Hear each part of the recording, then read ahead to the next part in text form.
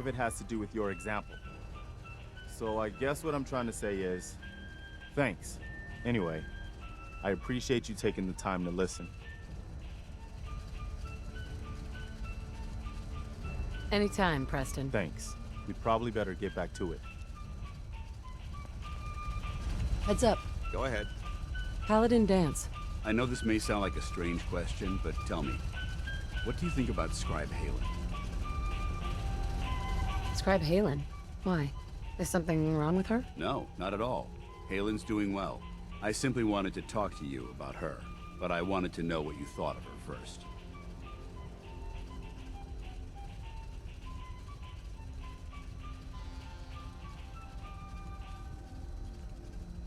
She's as dedicated as they come.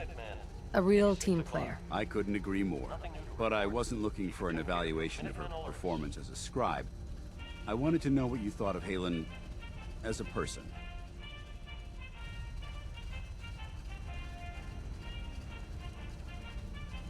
So, there is a heart beating under all that armor after all. I suppose I deserve that.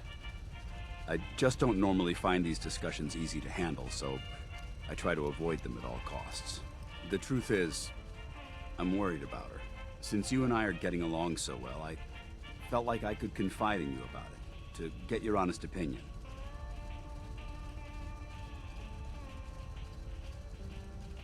I appreciate that you value my opinion so highly. Tell me what's on your mind. Let me explain everything from the beginning. A few months before you found us, one of my men was shot multiple times by raiders. Halen stayed by that knight's side for 2 days straight, without sleep, fighting to keep him alive. But he was on a slow decline. I decided that his suffering needed to end, and ordered Halen to administer an overdose of painkillers, so he could die with dignity. Even though I'm certain she wanted to continue fighting for that knight's life. Stay safe. She injected him without Nothing to question. report. Stay safe, people.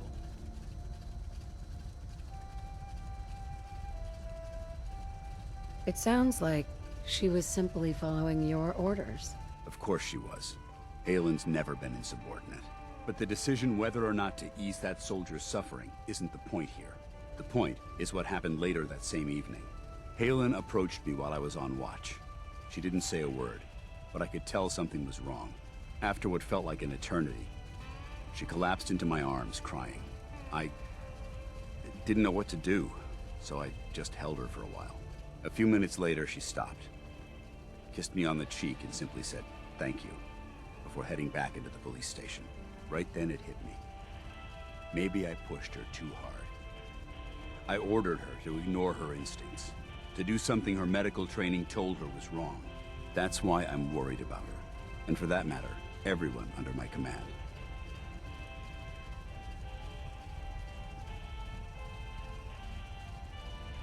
Halen will be fine. It's you that I'm worried about. Me? I see what you're getting at. I guess I never thought of it that way. Look, 4 soldiers. Over half of my team are gone. Each one of them died because of decisions that I made. I understand the risks that come with the job. We all do. But how can anyone have confidence in me anymore? Hell, how can I have confidence in myself?